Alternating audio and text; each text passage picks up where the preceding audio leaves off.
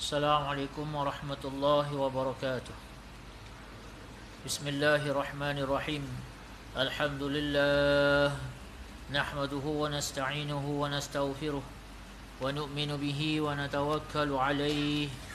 Wa na'udzu billahi min shururi anfusina wa min sayyiati a'malina. Man yahdihillahu fala mudilla lahu wa man yudlilhu fala hadiya lahu. نشهد أن لا إله إلا الله وحده لا شريك له ونشهد أن سيدنا محمدا عبده ورسوله فاللهم صل على سيدنا محمد وعلى آله وصحبه أجمعين أما بعد. Alhamdulillah, syukur kita pada Allah Subhanahu Wa Taala, kerana Allah Subhanahu Wa Taala ihsan dia.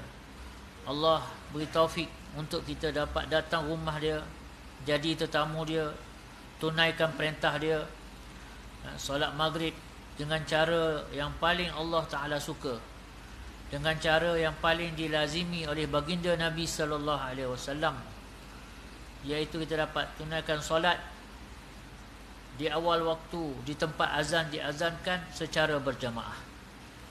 Ini adalah satu nikmat yang sangat besar. Perkara paling penting selepas iman ialah solat. Perintah Allah yang paling penting selepas iman ialah solat, sembahyang. Maka bila kita dapat tunaikan perintah sembahyang, perintah solat, perintah yang paling penting ini dengan cara yang paling Allah Ta'ala suka, maka inilah antara nikmat yang paling besar yang Allah telah beri pada kita sekarang. Kita dapat tunaikan solat di awal waktu, di tempat azan diazankan secara berjamaah. Ada masa tuan-tuan kita dapat solat tapi tak cukup checklist yang 3 tadi, ya. Di awal waktu, di tempat azan diazankan secara berjamaah.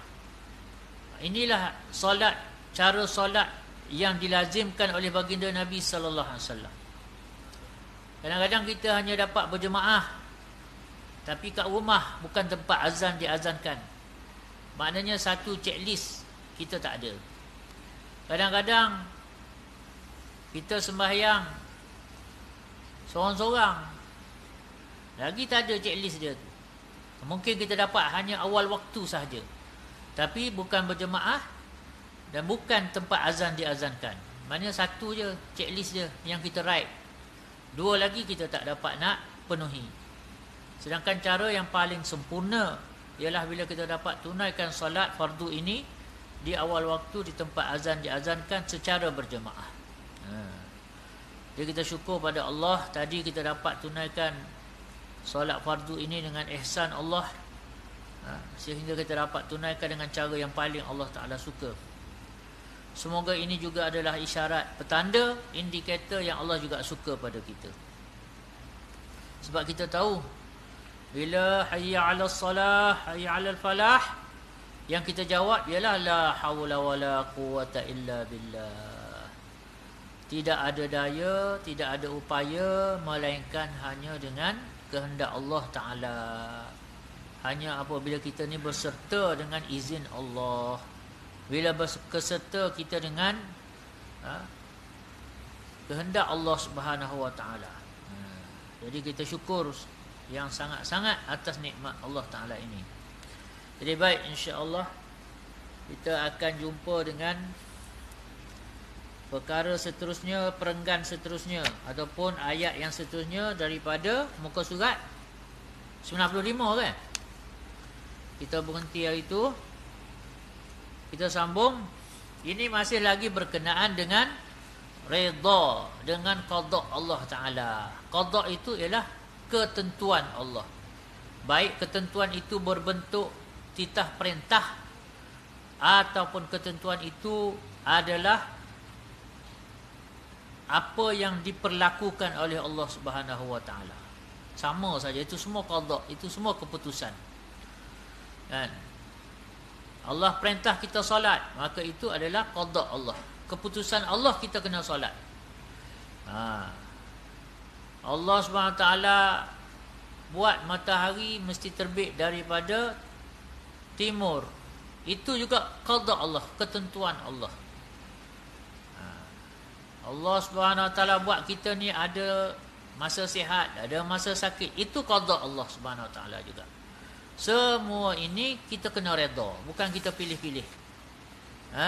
Jadi dah dibahas beberapa perkara sebelum ini. InsyaAllah kita teruskan apa yang musannif kita Al-Allamah Syekh Abdul Qadir Al-Mandili telah teruskan perbicaraan dia berkenaan dengan redha terhadap qada Allah Subhanahu Wa Taala ini.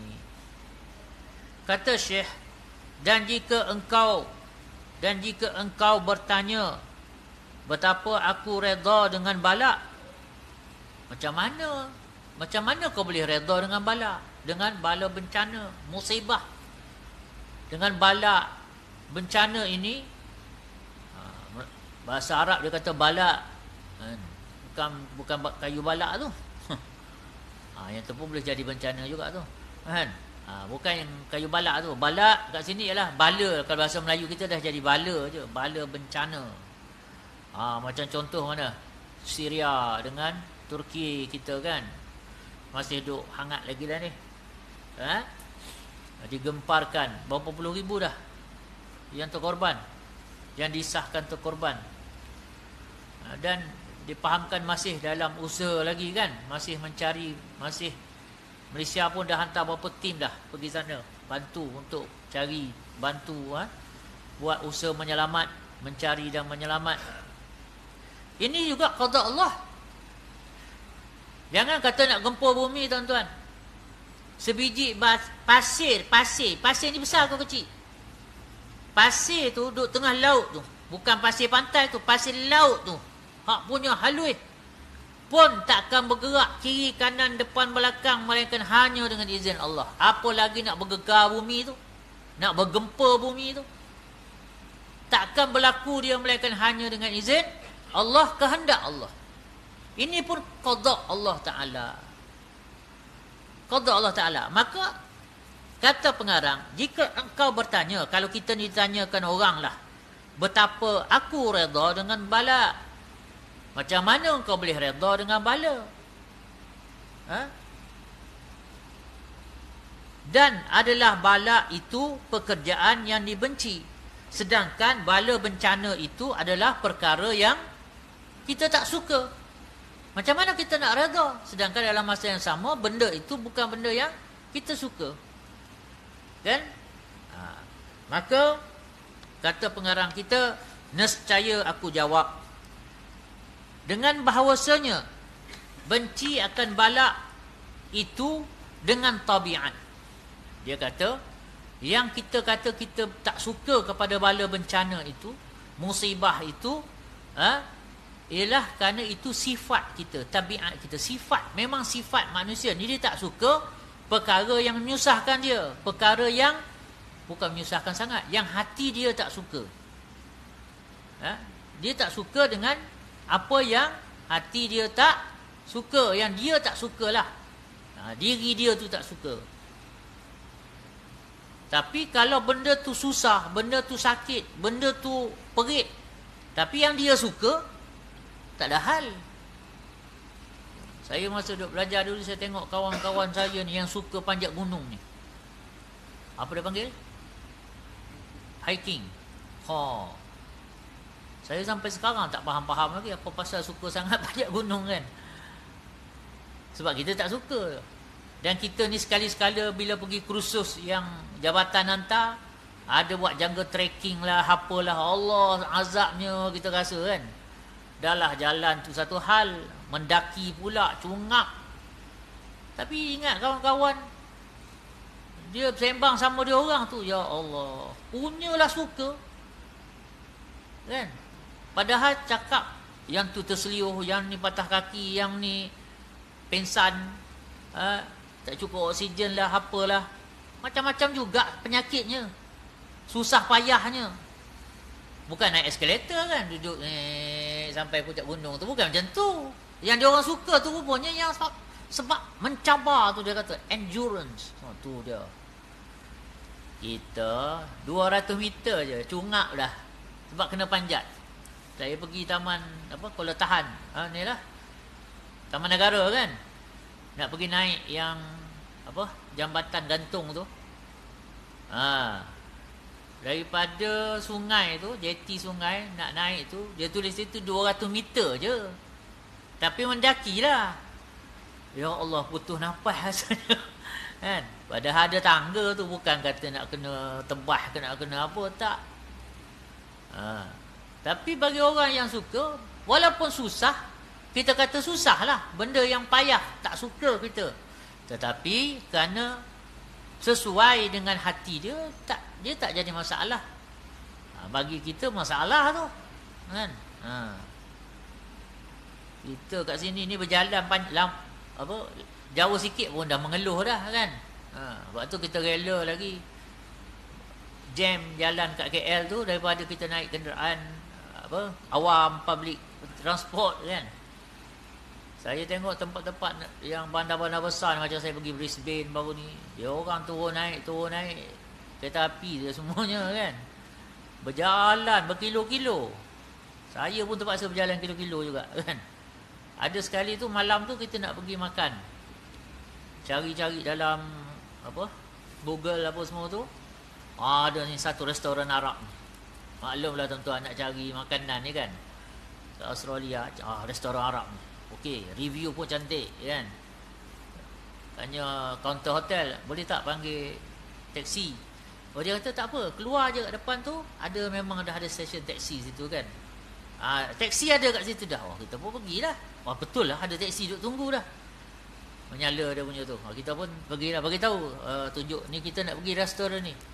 1 kilo je. Kalau ikut dalam Waze tu lah, 1 kilo. Taksi tu dia kata, tak apa, you boleh jalan je. Dia pun tak nak hantar lah. Ada juga macam ni. Tak boleh faham aku macam mana taksi tak nak hantar orang, kan? Tak apa-apa, you boleh jalan lah, kata. Just just dia kata 1 kilo, kan? Ini kalau pergi lapar balik tu, kan? Sebab kita tak suka berjalan. Tak suka berjalan. Tapi kena berjalan jugalah masa tu. Tak makan.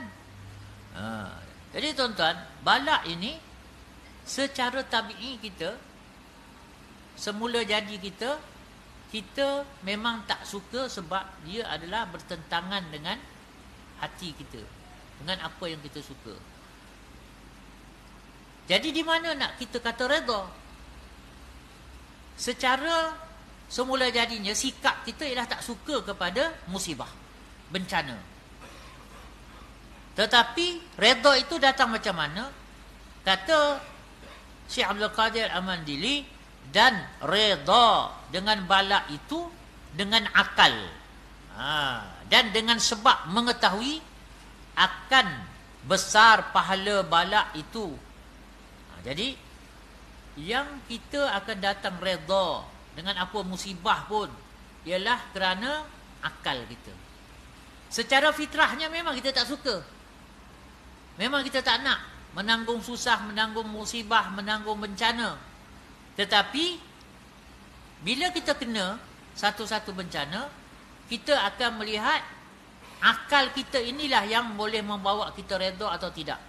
Kalau akal kita ni faham, dia dapat melihat hikmah di sebalik sesuatu musibah itu, dan juga paling tak nampak sangat dah. Tak nampak dah sebab apa kebaikan. Ialah kerana nampak pahala. Dan pahala ni kebaikan yang besar. Sebab apa? Di akhirat besok tuan-tuan, tak ada satu benda yang lebih kita pentingkan daripada pahala. Ada orang kata kita tak boleh amal ibadat ni untuk pahala. Itu saya tak berapa nak faham. Sebab Nabi Allah Ta'ala dan Rasulullah SAW pun suruh kita cari pahala. Takkan kita nak kata tak boleh cari pahala pula? Takkan kita cerdik daripada Allah Subhanahu Wa Ta'ala, kan? Jadi bila kita kena musibah, katalah contoh apa musibah yang paling ni, sakit gigi lah kata. Hui, besar tu musibah sakit gigi ni, jangan, kan? Habis nikmat dunia ni, tak semua tak pakai semua lah. Bagi makanan hak sedap pun tengah sakit gigi. Tak sedap kan? Naik kereta besar pun tak sedap juga. Semua tak boleh jalan dah. Tuan-tuan, Katalah kita kena sakit gigi. Tak nampak apa hikmah aku ni sakit gigi. Tetapi bila kita ingat pahala yang Allah SWT berikan untuk kita menanggung sakit, diampunkan dosa. Kata Nabi SAW, tidak ada walau satu duri yang cucuk orang yang beriman, tidak ada satu kerisauan yang menimpa atas orang yang beriman. Ini semua akan menjadi penyebab keampunan untuk dia. Jadi bila kita ingat yang tu, oh, Allah buat kat aku ni, Allah nak ampunkan aku ni, Allah nak sediakan keampunan untuk aku, maka barulah kita pun rasa tak apa. Tak apa tu lah redha. Alhamdulillah. Kalau orang tanya dia tengah sakit gigi ni kan, macam mana Mat? Alhamdulillah. Alhamdulillah, tapi duk gini. Alhamdulillah juga kan? Alhamdulillah. Sebab apa? Bagi kita, kita tahu sakit gigi ni pun Allah yang bagi, maka kita redha. Sebab kita nampak, paling tidak yang kita nampak pahala yang dijanjikan oleh Allah Subhanahu Wa Taala. Seperti redha orang yang sakit dengan minum obat yang pahit. Ini contoh. Macam mana yang kita kata redha dengan musibah? Contoh dia macam ni. Kalau kita sakit, kita kena minum obat. Obat tu pahit. Kita minum obat yang pahit tu sebab sakit ni, walaupun pahit, kita telanlah juga. Tak apalah, aku telan juga. Sebab apa? Aku sakit, aku nak sembuh. Maka kita telan juga. Kita nak juga minum obat itu. Kan? Walaupun obat itu kita tahu pahit. Inilah kita kata redha dengan sebab, nampak manfaat dia. Kerana mengetahui ia akan bahawasanya obat yang pahit itu sebab bagi sembuh penyakitnya, hingga sukacita ia dengan itu. Makan obat pun tak apalah, janji sehat. Janji sehat. Ingat zaman Covid mengganas dulu macam mana kan? Batuk sikit pun telan ubat batuk kan. Telan ubat tu, ubat sesama, ubat macam-macam lah. Janji sehat je lah kan. Tak nak kita kena ikut orang sebut. Jadi dia kata, walaupun kita tahu obat tu pahit, tapi kita suka juga nak ambil obat tu. Kerana apa?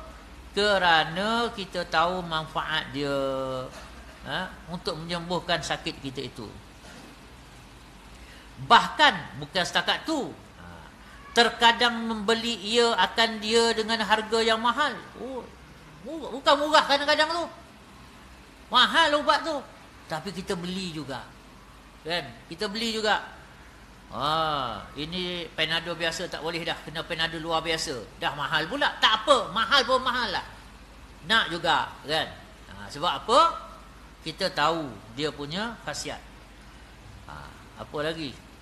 Dan dia kata, dan mengupah ia akan doktor yang menikamnya dengan jarum kan? Dah lah bayar kat doktor tu. Untuk doktor tu tikam kita dengan jarum pula kan? Cucuk, injek. Cuba kawan kita tiba datang cucuk kita dengan jarum, penampai dia kan?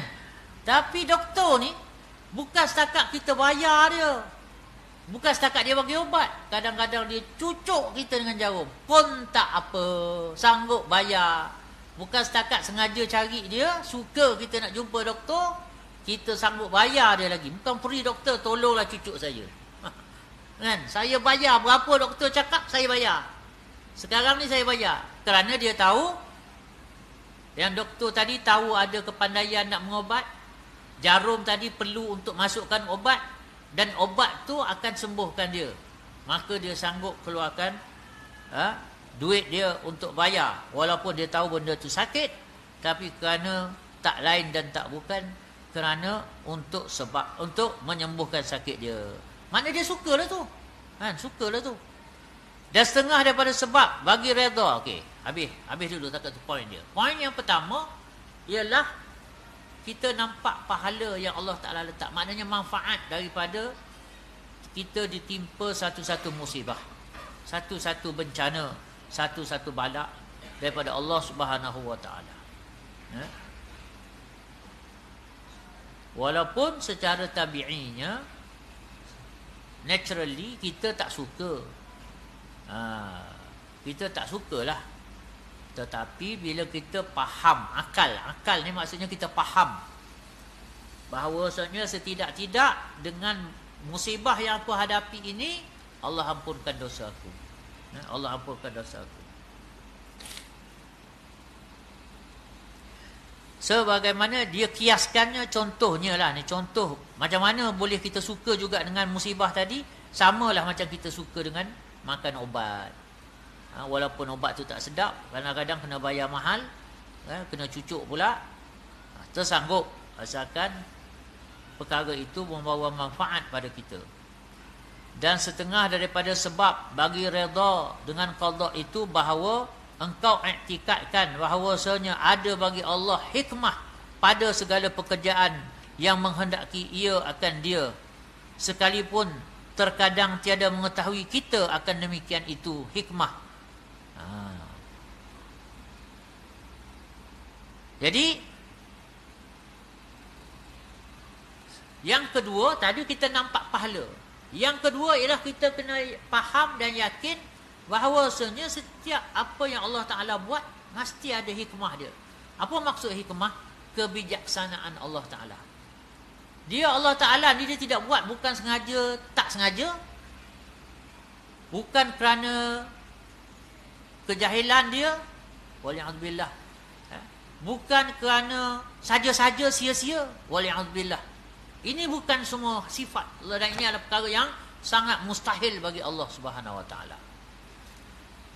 Allah Ta'ala takkan buat itu dengan sebab jahil, sebab dia tak tahu dia buat, atau dia nak buat lain, jadi benda lain pun takkan berlaku, atau Allah Subhanahu Wa Ta'ala buat tu dengan sia-sia, tak ada faedah sebenarnya, saja Allah Ta'ala buat tak ada faedah. Itu mustahil bagi Allah. Sebab Allah itu Al-Hakim, Allah itu Maha Bijaksana. Maka kita nampak hikmah. Apa maksud hikmah? Bahawasanya semuanya ada kebijaksanaannya dari pihak Allah Ta'ala. Walaupun kita tak tahu apa exactly hikmah yang Allah Ta'ala letak kat situ. Tak semestinya kita tahu. Kita tahu ada hikmah pun dah cukup. Tak semestinya kita boleh nampak betul-betul, oh ni hikmah dia A, B, C, D. Tak semestinya. Kadang-kadang kita tak tahu sampai sudah, atau 10 tahun pula baru kita tahu. Kadang-kadang tu hanya 5-6 hari lepas pada tu baru kita sedar. Kan? Semua ada hikmah dia. Sebab kita kena yakin sungguh-sungguh tuan-tuan, takkan ada benda yang berlaku melainkan dengan yang Allah kehendaki. Apa yang Allah kehendaki itu sahaja yang akan terjadi, dan apa yang Allah Ta'ala tidak kehendaki pasti tidak akan terjadi. Dan apa sahaja yang Allah Ta'ala lakukan, ia penuh dengan kebijaksanaan. Satu lagi, Allah tak akan buat satu-satu perkara dengan kezaliman. Itu juga adalah mustahil bagi Allah Ta'ala. Sebab Allah Ta'ala bersifat dengan Al-Adlu. Walaupun kadang-kadang pada menghukum masih lagi berasaskan kepada hikmah, yakni kebijaksanaan. Hukum, hikmah, hakim, itu semua tu hikmat, itu semua hakaf mim daripada akar kata yang sama. Jadi tuan-tuan, bila kita faham sifat Allah Ta'ala sedemikian, maka kita akan faham perbuatan Allah. Bila kita faham perbuatan Allah, walaupun kita tak tahu exactly dia, detail dia yang sebenar-benarnya, tetapi prinsip itu yang kita pegang, menyebabkan datanglah redha kita dengan apa saja yang berlaku pada kita. Kalau benda baik lagi kita suka, kalau benda tak baik pun tetap kita redha. Dan ini hanya akan dapat bila kita kenal Allah Subhanahu Wa Ta'ala. Ini apa yang kita dah bahas kat depan sebelum ni. Kan sebelum ni ada makrifat kan. Kita dah baca sifat. Jadi ini semua akan datang terhasil bila kita redha ini hanya akan terhasil bila kita dah dapat benda-benda yang kita dah bincang sebelum ini. Dipasak pula dengan akidah yang Allah Ta'ala itu dengan sempurna, dengan sifat-sifat dia yang sempurna. Ini yang kita nak rasa. Rasa inilah yang tasawuf. Bila kita rasa betul-betul, kita dapat rasa betul-betul, itulah tasawufnya. Bukan kita tahu. Yang kita baca ni baru kita tahu. Orang kata, yalah, baca sekarang bolehlah. Kalau kena, betul tak rasa redha tu? Jadi itu bergantunglah kepada sejauh mana hubungan kita dengan Allah, ilmu kita, faham kita tentang sifat Allah Ta'ala, af'al Allah Subhanahu Wa Ta'ala, dan zat Allah Subhanahu Wa Ta'ala.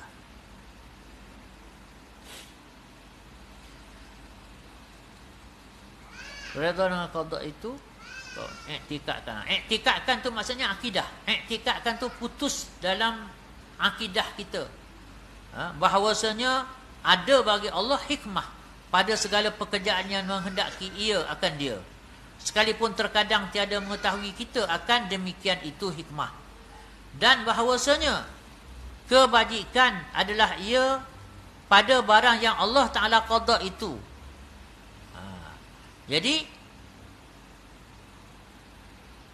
setiap yang Allah SWT qadakkan itu juga kita putus i'tikad kita, bahawasanya pasti ada kebajikan, ada kebaikan di situ. Kita faham, tahu, tak tahu, itu cerita lain.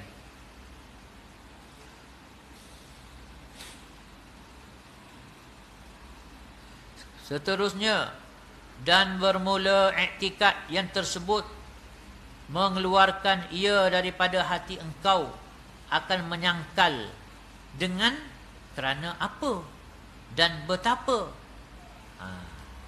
Jadi i'tikad yang bersih tadi, yang sahih tadi, akan menangkis bisikan-bisikan hati kita. Kenapa dah jadi macam ni? Betapa ni,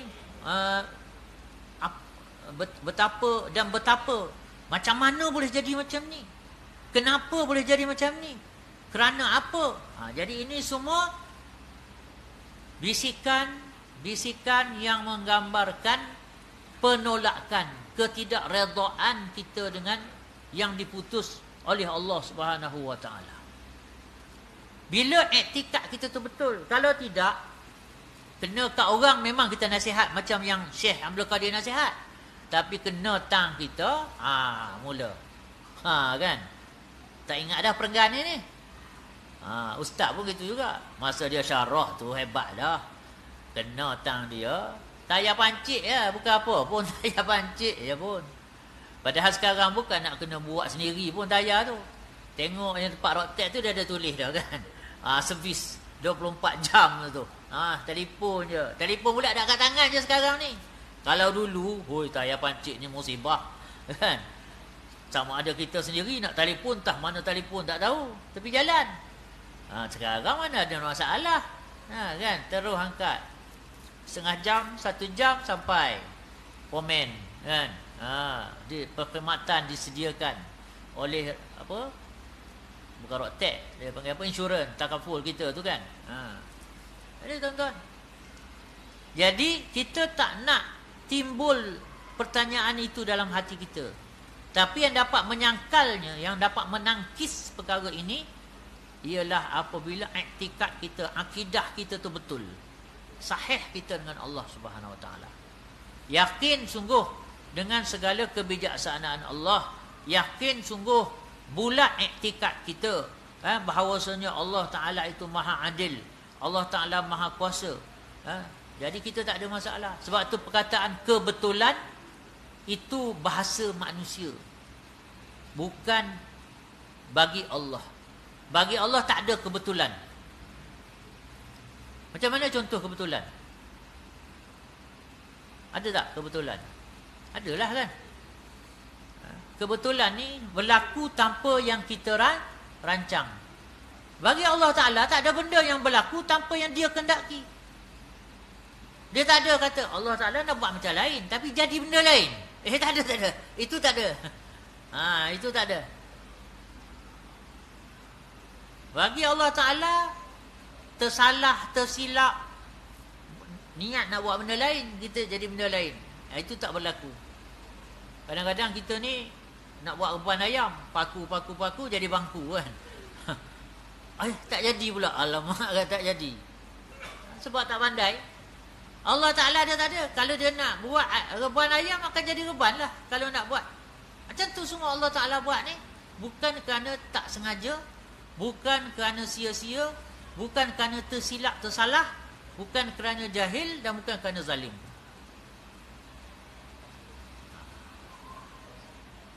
Dan hanya perkara ini kita akan dapat bila kita lalui ujian-ujian yang ada dalam kehidupan kita ni. Bila diuji, sebab tu Allah Ta'ala kata pada Al-Quran, jangan kata kamu beriman sehingga kamu diuji.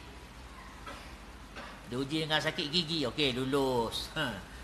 Uji kena COVID, lulus lagi, alhamdulillah kan. Uji pula kereta accident, lulus. Ujian, sehingga datang sungguh dalam hati kita, bulat tekad kita, akidah kita, Allah Ta'ala itu maha sempurna, dan Allah Ta'ala itu maha bijaksana, Allah Ta'ala itu maha berkuasa menjadikan, dan takkan ada satu pun yang boleh bagi manfaat, boleh bagi mudarat, hanya dengan izin Allah Subhanahu Wa Ta'ala. Nabi SAW cakap dengan budak. Mana budak-budak? Berarti korang budak-budak ni kan?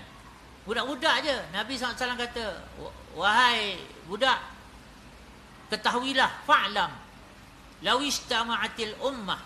Ketahuilah, wahai budak, kalaulah semua umat ni berhimpun, ala an yanfa'uka bi syai'in, berhimpun nak bagi manfaat kamu dengan satu-satu perkara, lam yanfa'uk, sama sekali mereka tak akan dapat bagi manfaat.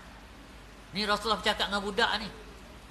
Bukan cakap dengan Sayyidina Abu Bakar, Sayyidina Umar, dengan budak je. Wala inistama'u, kalau mereka pula berhimpun, ala an yadurruka bi syai'in, nak bagi mudarat kamu dengan satu perkara, lam yadurruk, sama sekali tak akan berlaku.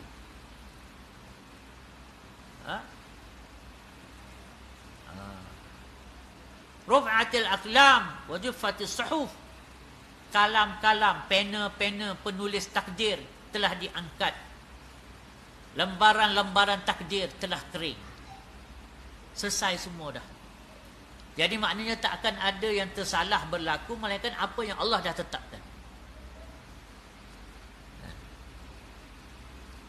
Kadang-kadang tuan-tuan, kita dah tahu dah perenggan ni, tapi kita kenapa sebab kita jarang cakapkan, maka perkara ini tak datang dalam hati kita. Ni bila kita baca kan, teringat, betul lah tu kan. Baru kita ingatkan, kita balik. Jadi cara yang paling mudah kita nak tanam benda ni ialah kita kena cakap benda ni. Allah kuasa, makhluk tak ada kuasa. Allah saja boleh bagi manfaat, Allah saja boleh bagi mudarat. Apa yang Allah kehendaki saja yang akan berlaku. Apa yang Allah Ta'ala kehendaki mustahil sama sekali boleh berlaku. Bila kita cakap, benda tu akan masuk dalam hati kita. Bila kita dengar, benda tu akan masuk dalam hati kita. Kan? Jadi inilah perkara dia. Jadi akan menyangkal kerana apa dan betapa. Seperti tiada menyangkal oleh Nabi Musa alaihissalam akan pekerjaan Nabi Khidir alaihissalam, tak kala mengetahui ia akan hikmah menebuk Nabi Khidir alaihissalam akan perahu orang-orang miskin, dan membunuh ia akan kanak-kanak, dan mendirikan ia akan jidar. Jidar ni maksudnya dinding. Yang mendirikan ia akan jidar, yakni dinding yang hendak runtuh. Ini cerita Nabi Musa dengan Nabi Khidir. Itu dalam surah Al-Kahfi tu kan. Jadi Allah perintah Nabi Musa ni pergi belajar dengan Nabi Khidir. Nabi Khidir pula tengok-tengok Nabi Musa, tak boleh, kau tak boleh ni. Balik. Kau tak boleh ikut aku, kau tak akan sabar dengan aku. Musa kata, tak try tak tahu kan. Try lah dulu. Okey, ikut aku. Dia guru ni kadang-kadang dia mengajar bukan dengan cara duduk bersela buka kitab. Tak. Kan? Ini praktikal. Memang on job terus kan. Practical trainingnya. Hands on. Berjalan. Jumpa nak rintas sungai. Ambil naik perahu. Sampai kat seberang, Nabi Khidir tebuk perahu tadi. Nabi Musa, apa hal pula? Dia Nabi kan, amar makruf nahi munkar lah. Ni apa hal ni? Dah lah pinjam orang punya. Rosakkan pula. Ni terus tanya, bro, apa hal ni? Kan? Nabi Khidir kata, kan aku dah cakap, kau takkan sanggup punya. Okey. Sorry kan. Okey, kita teruskan. Jalan lagi, jalan jumpa satu budak. Nabi Khidir bunuh budak tu. Ini munkar lagi besar. Takat tebuk perahu lagi tu, tahan juga lagi lah kan. Ini dah bunuh orang, ini dah main kasar. Wahai Khidir, kenapa kau buat macam ni? Kan aku dah cakap, confirm kau tak boleh sabar pun. Okey, sedar balik. Ikut. Bila ikut, jumpa dengan, dia masuk satu kampung. Dia orang dah lapar dah. Minta lah makanan dengan orang kampung. Minta supaya sanggup terima jadi tetamu. Seorang tak nak terima. Seorang tak nak bagi. Air segelas pun tak nak bagi. Dalam duk merayau dalam kampung tu, tiba-tiba nampak satu bangunan, dinding nak roboh. Dan Nabi Khidir ni pula, jom kita betulkan dinding ni. Marahlah Nabi Musa. Orang kampung ni punyalah, kan? Berdekut pait, kan? Macam ni, lantak dia lah, nak runtuh ke nak apa kan? Sibuk, biarlah. Nabi Khidir kata, tengok, kan aku dah cakap.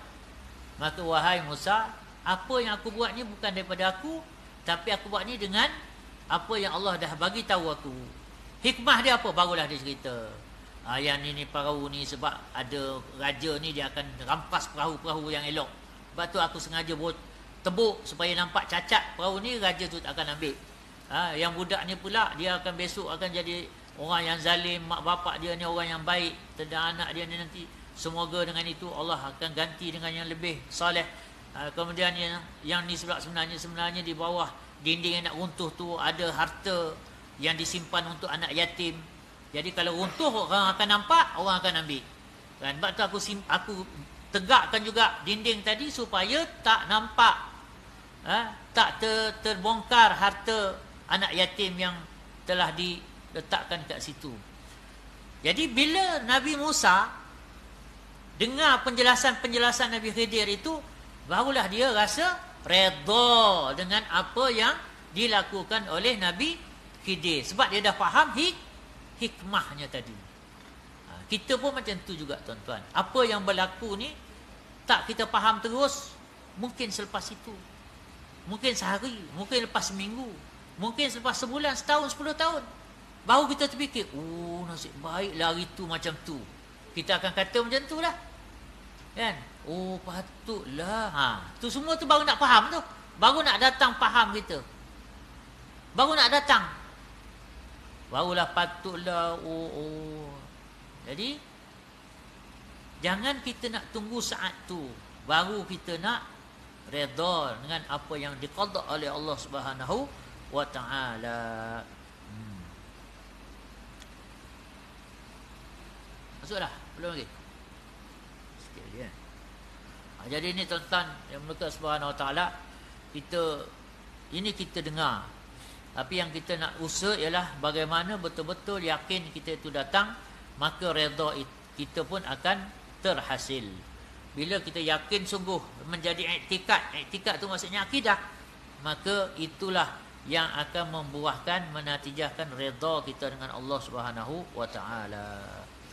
Semoga Allah Subhanahu wa taala memberikan kita kekuatan, kefahaman atas perkara ini, kekuatan untuk kita bawa dalam kehidupan harian kita, dan seterusnya kita dapat sampaikan pada saudara-saudara kita yang lain. Dan insya-Allah terutama dengan berkat Rejab ini, bulan yang mulia, bulan suci, semoga Allah Subhanahu wa taala Jadikan diri kita ni seorang yang benar-benar yakin dengan Allah, beriman dengan Allah, dengan janji Allah, dan kita nampak segala-galanya kita dapat berserah pada Allah Ta'ala dengan penuh redha. Jadi tuan-tuan, bulan Rejab pun nak berlalu dah. Tak berapa hari lagi, hari Sabtu depan ke Isra' Mi'raj. Maknanya dah ada 7 Rejab. Tinggal lagi 3 hari lepas pada tu dah masuk Syaban. Jadi Rejab ini adalah gerbang untuk kita sambut Ramadan. Sebab tu hadis Nabi SAW, Allahumma barik lana fi Rajabin wa Sya'bana wa ballighna Ramadan. Ada riwayat Allahumma barik lana fi Rajaba wa Sya'bana wa ballighna Ramadan. Dua-dua betul. Ulama dah bahas tentang perkara ni. Rajabin pun betul, Rajaba pun betul. Yang tak betulnya tak baca. Itu je. Bacalah. Kalau rasa was-was sangat, matikan. Allahumma barik lana fi Rajab wa Sya'ban. Orang tanya kenapa tu? Tak ada baris. Sebab aku tak tahu. Rajabin ke Rajabah. Tapi sebenarnya dua-dua boleh pakai. Ulama dah bahaskan tentang perkara itu. Ya Allah, berkatilah Rejab dan Sya'ban dan ketemukan kami dengan Ramadan. Bermakna Ramadan ini dia tidak mula dengan Ramadan. Ramadan ni persiapan dia kena mula daripada Rejab. Sebab tu dalam bulan Rejab disunatkan berpuasa. Dan Nabi SAW akan berpuasa dengan intensif. Sya'ban juga macam tu. Rejab dan Sya'ban ini adalah gerbang kepada Ramadan. Kita kena mula dari sekarang. Puasa sunat daripada sekarang. Sedekah daripada sekarang. Baca Quran, tadarus daripada sekarang. Sembahyang sunat dah mula develop daripada sekarang. Tahajud apa semua daripada sekarang. Istighfar waktu sahur daripada sekarang. Supaya masuk saja Ramadan, kita dah full swing. Kita dah terus all out.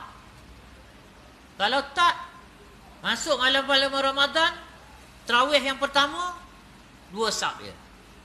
Kan? Sebab apa? Feel tak ada lagi. Feel tak datang lagi. Feel Ramadan.